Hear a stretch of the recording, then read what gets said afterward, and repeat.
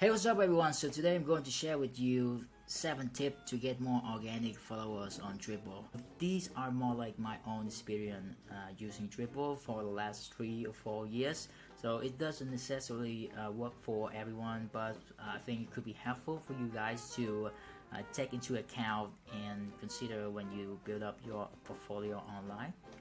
So let's get into it.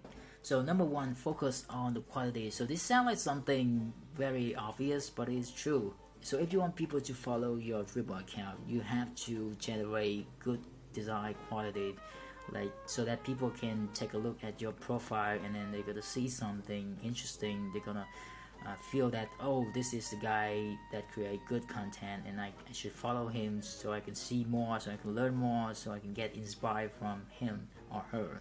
So it's really important for you to focus on the design. Design always first. Try to get it to the level that people cannot ignore. Second point, develop your own style. So if you take a look at most of the high-profile Dribbble accounts nowadays, you're gonna see that each of the designer or team have their own unique and distinct style that make them stand out of the crowd. So if you want to gain more followers, you have to do the same. You have to have your own style, something that make you stand out. So if you just create something similar to other people or copying somebody else doing like mediocre work, your shot is just gonna blend into the crowd. Like you're gonna blend into other things. There's a lot of people generating content every day on Dribbble, so you have to stand out. You have to think of new ideas, doing something a little bit different, something that catches people's attention. So that's the second point. So number 3, post frequently. So this means that you have to generate content. You have to post design in a frequent way. Like it could be, depends on your time. It could be like every week or every 2 weeks, or if you have time you can do it like every 2 days, like 2 times a week.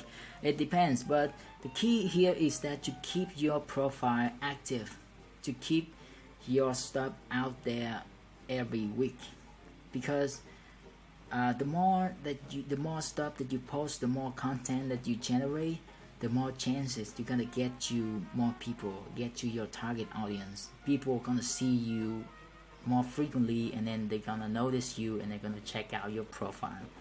So post frequently but still keep good design quality. So number 4, understand the Dribbble algorithm. So this doesn't mean that you have to understand all of the science, rocket science underneath what's going on Dribbles.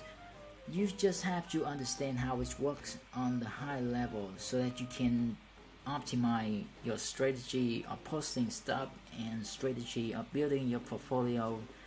So I break it down to some major points just to give you some example of how you can take advantage of understanding the algorithm to help you with your portfolio building.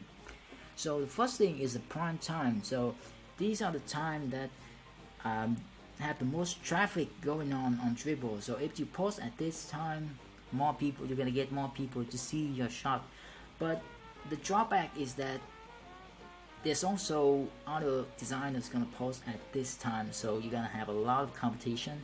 Like for me, like I have a pretty solid base of followers, so I don't mind a little bit competition.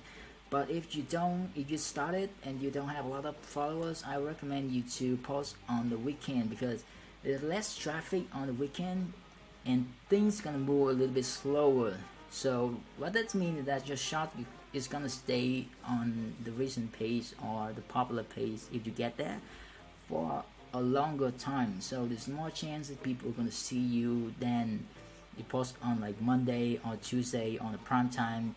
You cannot get to the big guys who post at the same time because they are really big, and then you cannot compete with them. And second point is the golden hour. So the golden hour is the first hour after you post your shot. So this is really important because the way Dribbble calculate the performance of the shot is to combine the views, the like, and the time. So if a very short amount of time, you for some reason you get a lot of like or views, your shot's gonna be on top. I guarantee that. So if you take this into account, and then you can figure out how to get your shot out there, how people can see your shot on the first hour, and then somehow you can do that, you can get your shot to the top very fast. So the next example is the trending designer. So the trending designer list just mean that these designers have the most activity going on at the certain time, at this time, right? So if some designer or some team posts a lot and get a lot of view or like, they gotta get to the trending designer, because that's how it's calculated.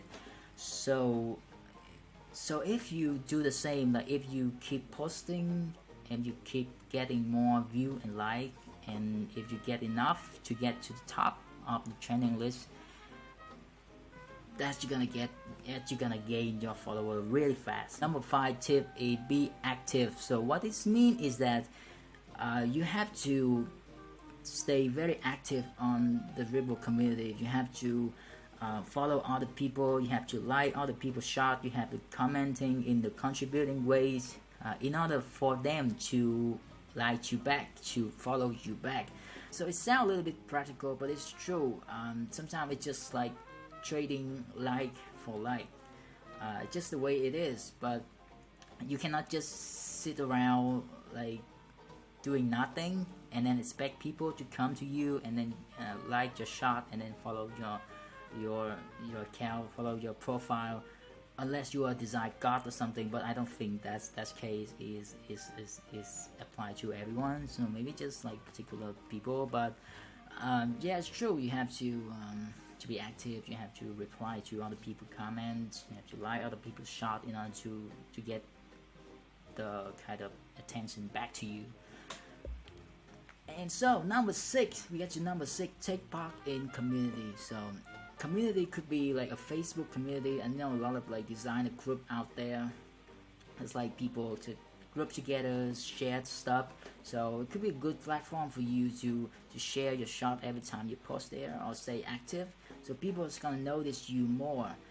So I noticed there's a lot of Dribbble team nowadays, and I noticed there's not even a company. They're just like a group of designers who come together and then support each other. To every time one members of the team posts a shot, the other members gonna help them like the shot, so boost it to the top. So that's why you see a lot of team nowadays growing really fast. So if you want to kind of boost your design faster, you can take part in these teams. I don't know how, but I think there's a way. I don't know, but if you know, just leave on the comment section. Overall, it's a win-win situation. Alright, so we get to the final point, be patient. So let's get serious. So we talk a lot about tips and tricks, how to be faster, how to perform better.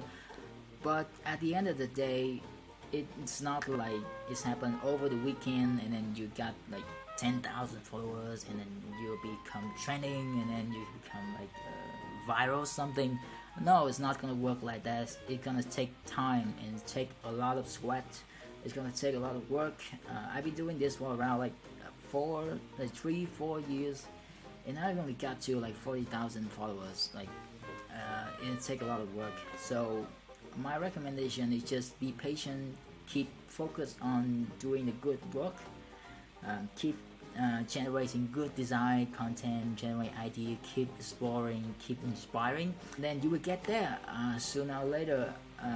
But just don't give up. Yeah. So that's it, guys. That's my 7 tips on how to gain more followers organically on Dribbble. That's it for today, and thank you for watching, and I'll see you in the next video. Alright, see you.